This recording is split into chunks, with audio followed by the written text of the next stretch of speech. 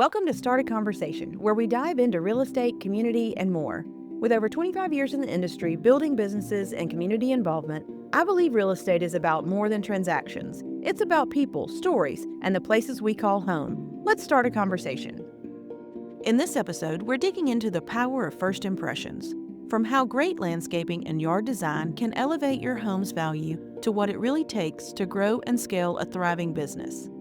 We'll also talk about the art of saying no to old projects so you can make space for what's next and keep your success moving forward. Welcome to Start a Conversation. We are so excited today to have Claire Goldman with R&R Landscape. I would like Claire to introduce herself and tell us a little bit more about her company and her ambitions and why she loves being outdoors.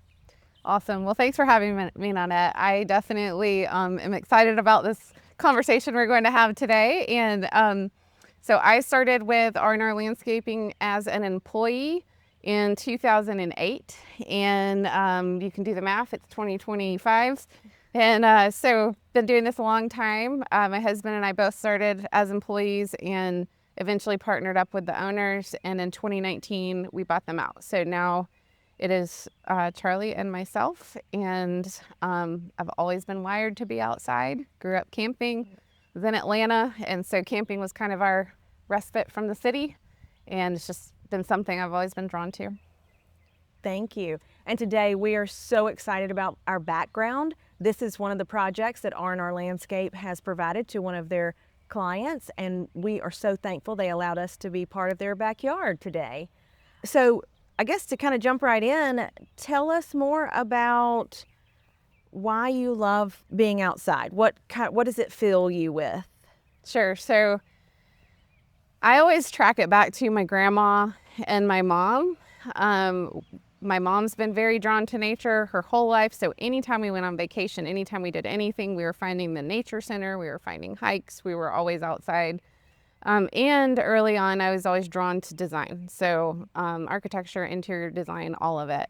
And so horticulture just seemed to be the right fit for me. And I think it's just something that's hardwired in me to be one with the outdoors. I've definitely never been a really girly girl. I don't think our shoes are on camera, but I feel like our shoes are the perfect representation of who we are.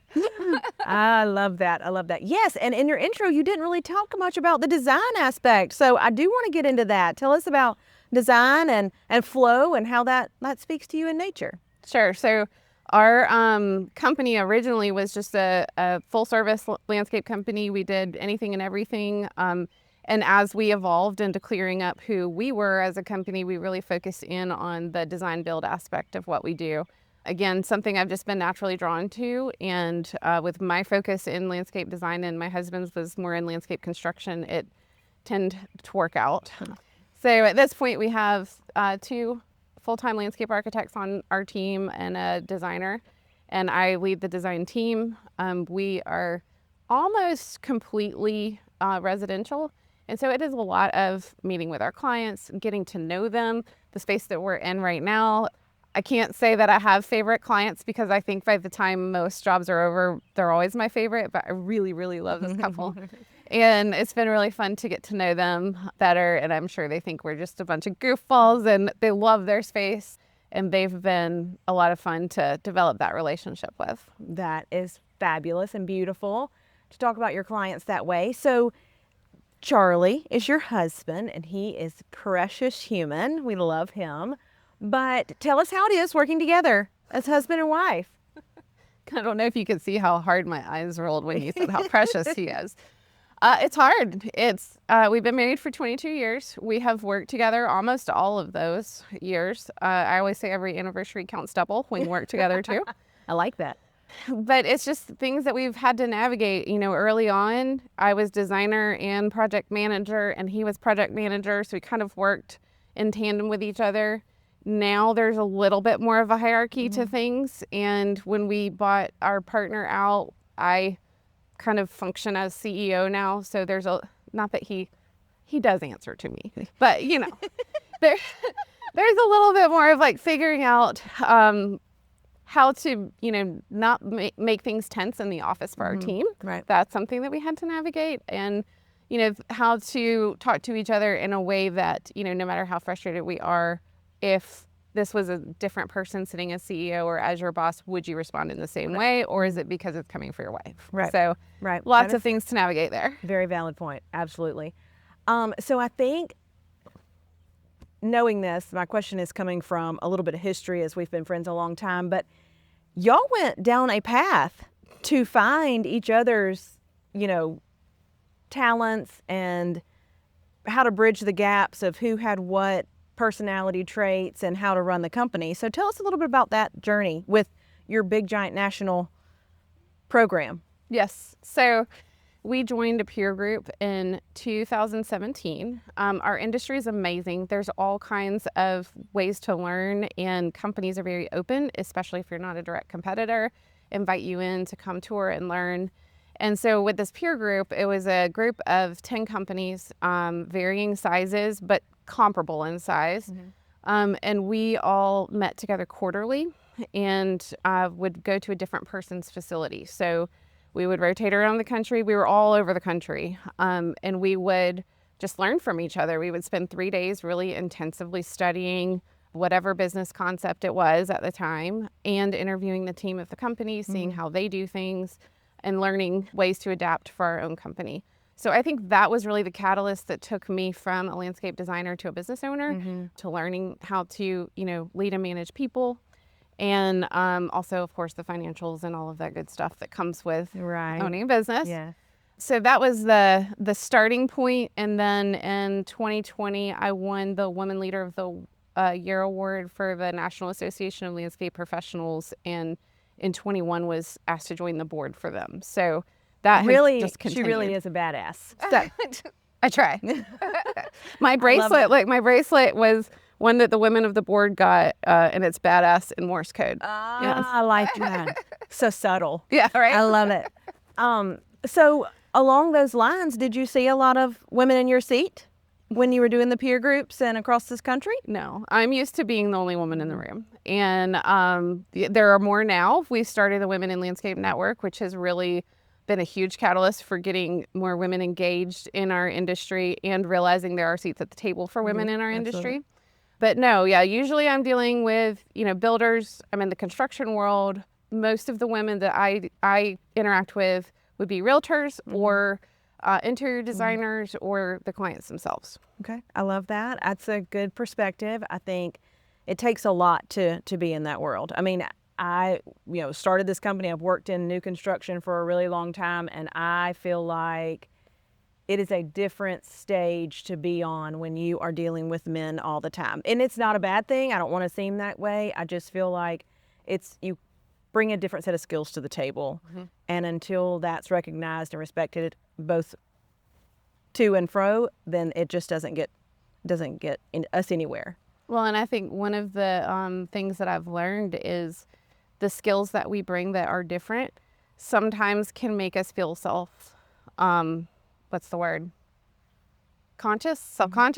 So we're not confident in what we're bringing to the table, but the skills that we're bringing to the table are also what's needed. And so learning how to be proud of what makes you different instead of feeling like you have to assimilate into whatever room you're walking into.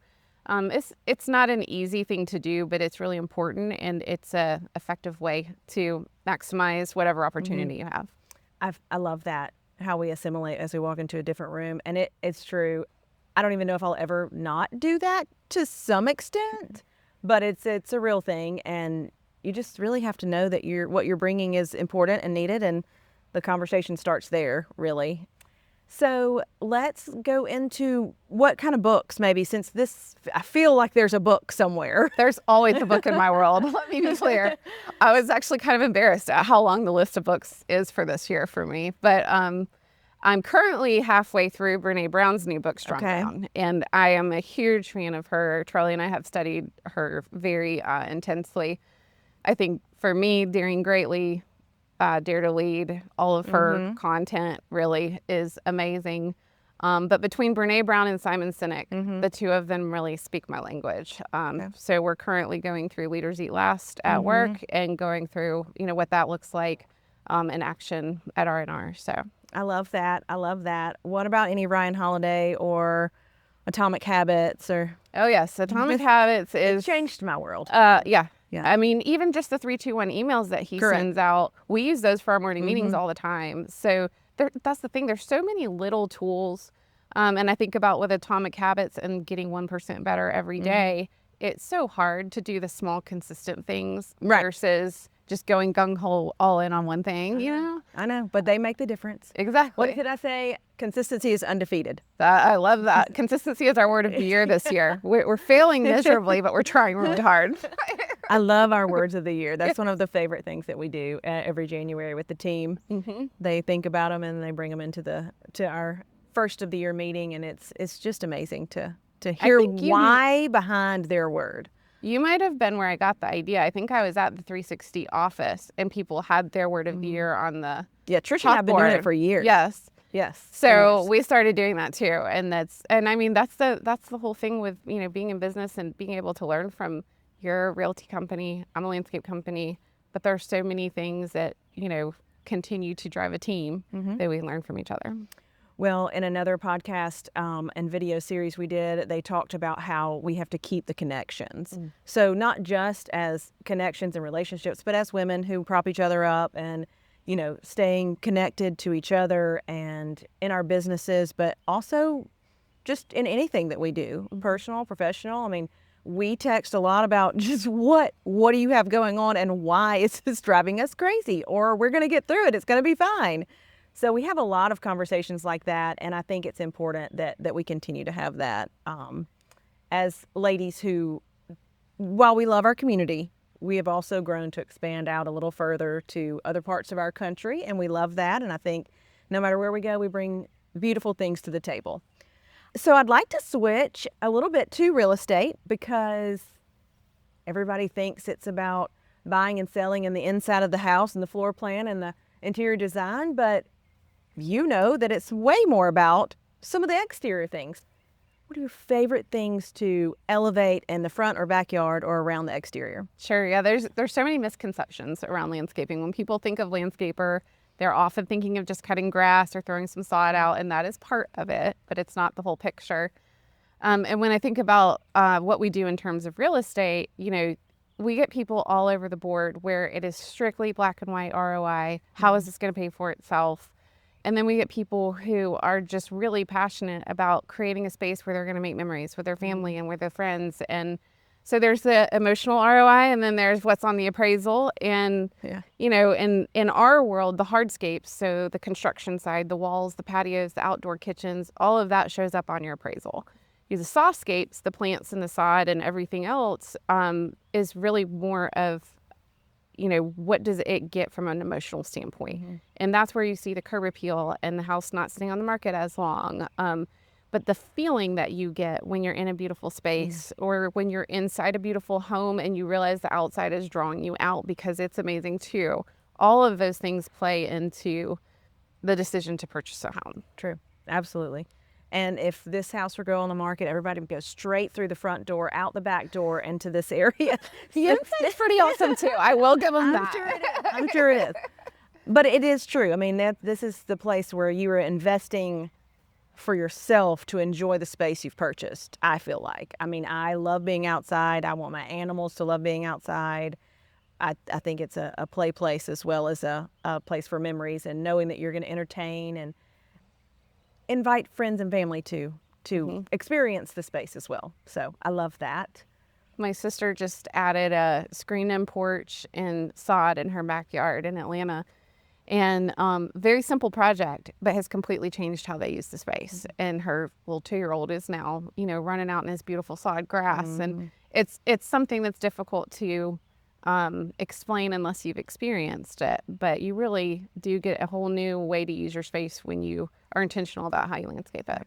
Right. And I'm sure the Four Seasons play into that. But where we are in our communities, we have a really good three quarters of the year that we can be outside at any given time. And I love that. It's true. I do love that about the South. Everybody's like, no, it's too hot. I'm like, no, I love it. I love it. Yeah, so a lot of my national exposure has been really helpful in being able to see what people in other parts of the country are doing, what materials are they using, how are they thinking about landscaping differently. And so that has helped me to introduce new ideas here, new products. obviously our plant palette is what it is. There are only so many things that you can do, but you can use plants in different ways. So it could be a plant that we've seen used a million times, but get more creative about it.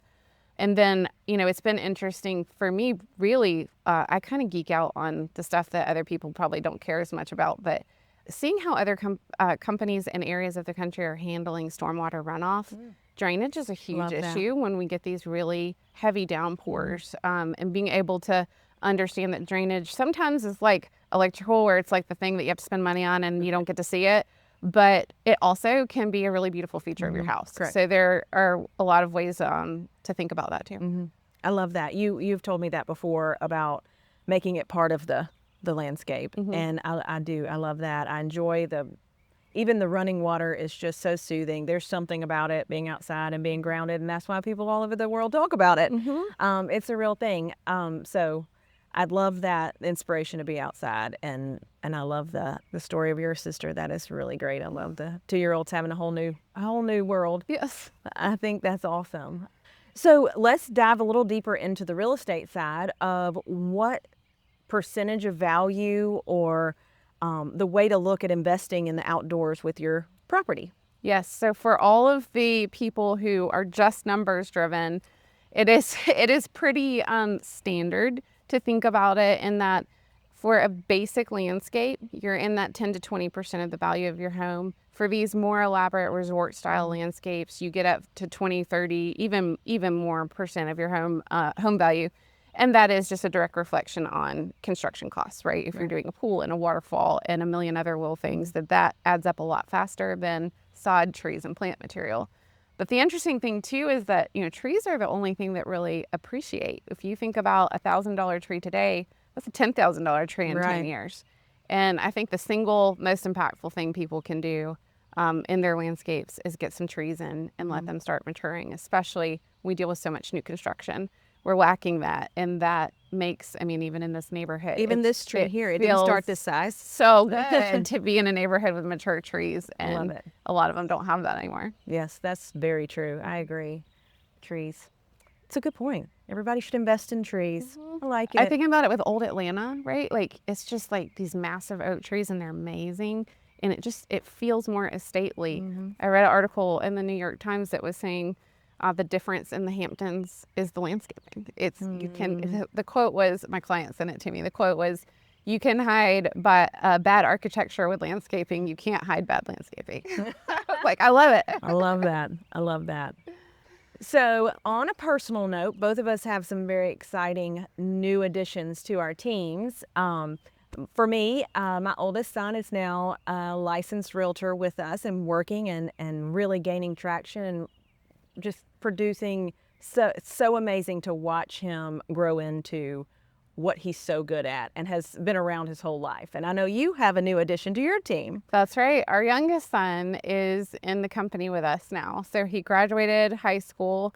He's a super smart guy and was not very much a classroom learner. Totally. So I understand we that. did not push college, but we said, hey, if you want to work with us, you got to work with someone else first. So he went out to Oregon, worked for a landscape company out there, and then came back, and he is now running our fine garden division. So he's doing the robotic mowers and all of the client communication for our maintenance clients, who are probably our most elite clients. So that's been really cool to see, again, like watching them grow into these little men who can handle themselves in front of, high expectations and everything. And listening to the talk to the client and just how much they've picked up. I'm like, I know we haven't had this conversation, but you're here talking about, all the things that I would have said. Yes. That's what Charlie said. Charlie was like, man, he was listening. Right. Yeah. It's so amazing. I love it. I love it. That's so fun. And I'm glad that we get to share that. Yes. That's awesome. Family business. It is. It truly is. It's a blessing and a curse. I wanted to ask more about your peer group across the country. I feel like there's a lot more that came from that outside of books and just figuring out the business. But to point to certain things that you really learned and grew into, knowing that I don't want to do this, I do want to do this. Here are my roads that I'm absolutely on and passionate about, and here are the ones I'm not. Tell us a little more. In general, my industry is an easy entry industry. You need, Same. yeah, true, right? So for me, it's truck, trailer, mower, and you're a landscaper, right? So most landscape companies start as doing a little bit of everything for everybody. And for us, we were kind of forced into clarifying our identity based off the demand that we had. Our demand was so much that we couldn't keep up with our schedule. We couldn't give our clients the service that they deserve. And it was one of my clients who told me, he was like, I will pay whatever these other people are paying as long as you can keep things perfect for me. And that just got me thinking a little bit more about who we were and what we did well. We learned that we can't train crews across different quality levels. Okay. And so that was the catalyst of us clarifying our identity. And when we pitched it to the team, we basically said, look, you don't go to Chick-fil-A for a cheeseburger, right? You go for some dang good chicken. And so we don't have to be everything to everyone. We need to understand what we do well, and we need to make sure we do it to a level of as close to mastery as we can get it. Of course, there's always things, but that was the decision to really remove our maintenance division and focus solely in on design build and make sure we had that down to a clear path forward before we added the maintenance back in. And that's where the R&R Connect services come back in now, but on a very small scale. And we're being very picky about how we add on in that world too. Absolutely. And I think that honestly, you had to be one of the first, if not the first, in the landscape industry, especially in the South, to truly elevate you with your skill set. And that's it. Like, you just really set some boundaries for yourself and the company. And I really, really respect that. And I think that's a huge decision. So you know what you're good at, and you know you're the best at it. And let's tell the world. That's right. And it's hard because you wanna make sure perceptions are clear, and it can easily be perceived as like, oh, R&R is too good for me. And that's not at all what it is. There are so many great landscape companies in our area, and we don't have to be the one for you. Now, That's correct. And we have good relationships with them. So if people call, being able to say no is very freeing. But I also would like to be able to put someone in good hands. And so we try to keep good You're going to teach me referrals. about saying no, right? Yes. You're going to teach me about, okay, good. Yes. I like that. One of my other good local friends here told me I need to learn that better. So I don't know that I've mastered it, but I know that I need to learn it. Okay. I've learned to say it's not my best yes, but I have not mastered the no complete sentence. Yes. So still working on The no but. No, I don't think I don't know. That's more of it. So we got to get better. Yes. Well, I appreciate you being here today. Thank you for having me. Thank you for this beautiful space. Yes. Thank you to your client for allowing us to be here. Really, really appreciate it. Claire Goldman, R&R, you heard it. They're elevated. They will help you create the space for you and your property anytime you need them. Thank you. Thanks for joining me on Start a Conversation. I hope today's discussion gave you insight, inspiration, or simply a new perspective on real estate, community, and the stories that connect us. If you enjoyed this episode, please be sure to subscribe and share it with a friend. Until next time, let's keep the conversation going.